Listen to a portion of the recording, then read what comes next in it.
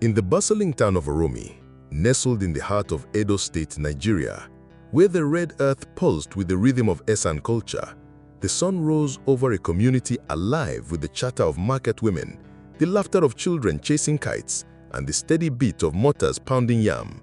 The air carried the scent of palm oil sizzling in iron pots, and the faint hum of ancestral songs sung by elders beneath ancient Iroko trees.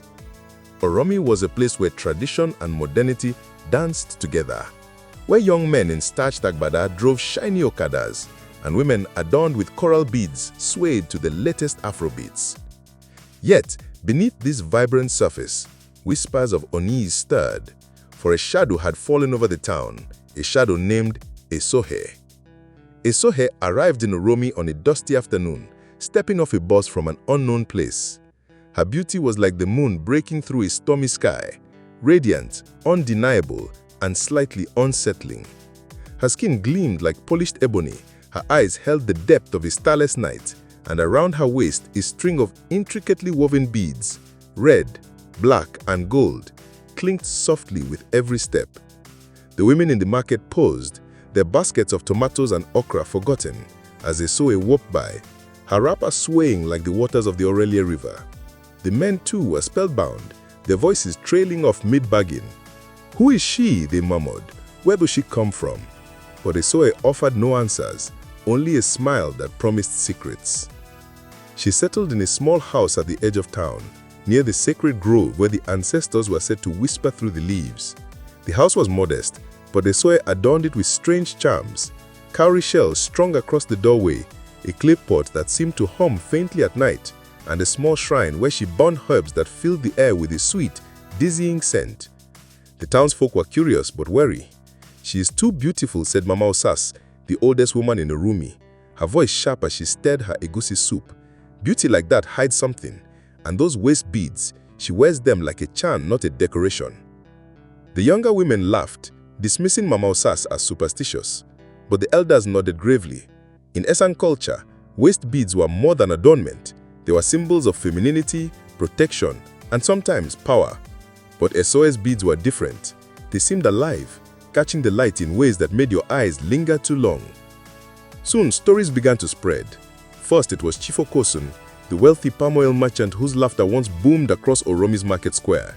After a single evening with Esohe, he returned home a changed man, his eyes vacant, his words slurred, and within weeks, his business crumbled, his wives fled, his children turned away, and he was seen wandering the streets muttering about a woman with beads that sang to him in his dreams.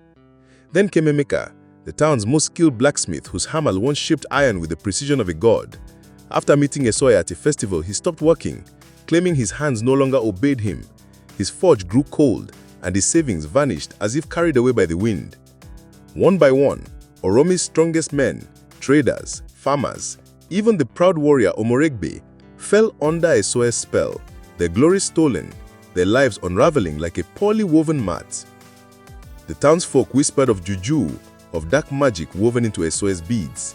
The glow at night swore little Esagi who had peeked through his window. They moved like snakes. But no one dared to confront her, for Esohe was as charming as she was mysterious. She gifted children with sweets, helped women carry their loads, and spoke with a voice that soothed like a lullaby. Yet the elders knew better. "She's an Ogbanje," Mama Osas declared, her gnarled fingers clutching her walking stick, a spirit in human form sent to steal what makes us whole. The younger generation scoffed, but fear began to root, like a weed in fertile soil. Into this storm walked Mike, a young man whose name meant God's gift in Esan. Mike was not like the others.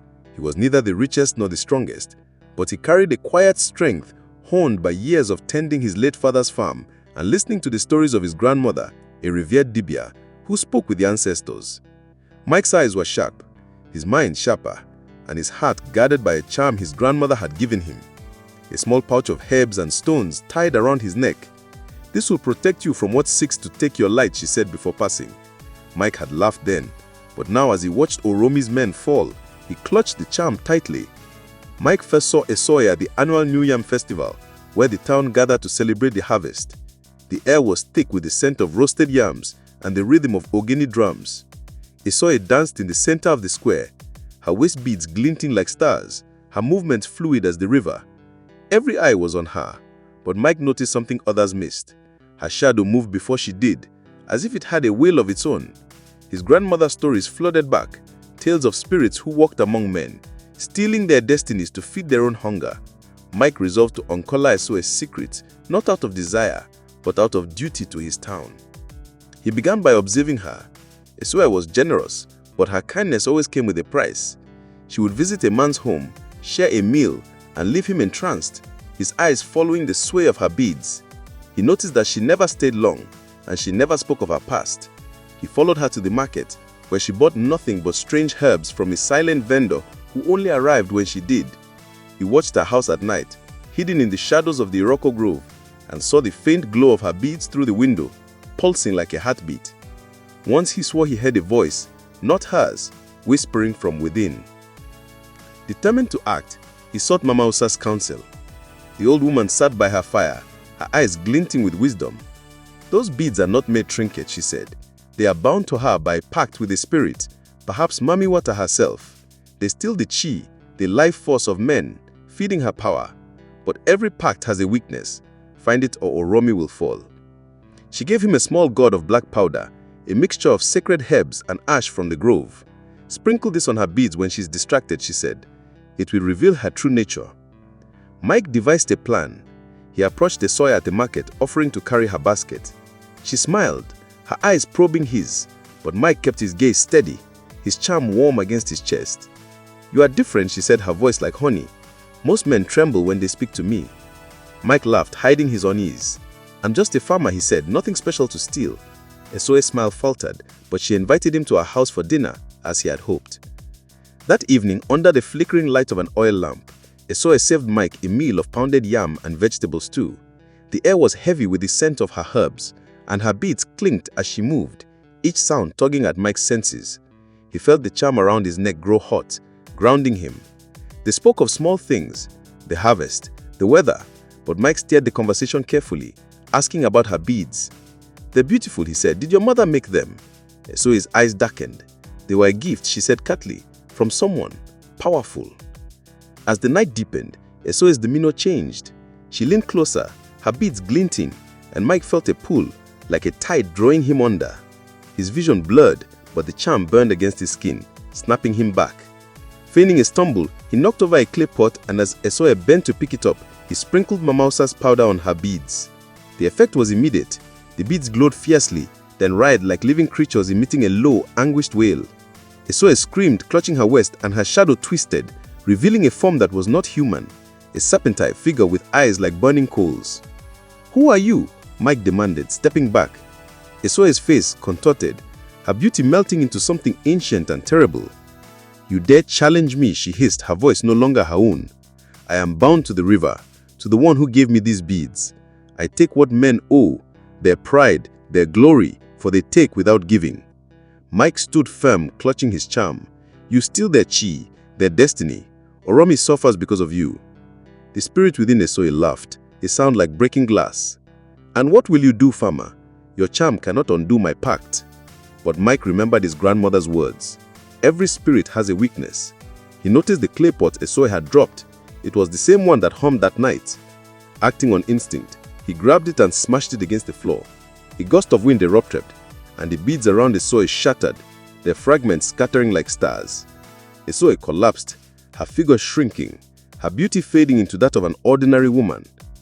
The spirit's voice faded, but not before it whispered, "You have freed her, but the debt remains." Mike helped Esohe to her feet. She was trembling, her eyes clear for the first time. "I didn't choose this," she whispered. "I was a girl, lost and alone, when the river spirit offered me power, but it demanded the glory of others in return." Mike listened, his heart heavy. He could not hate her, for she too was a victim.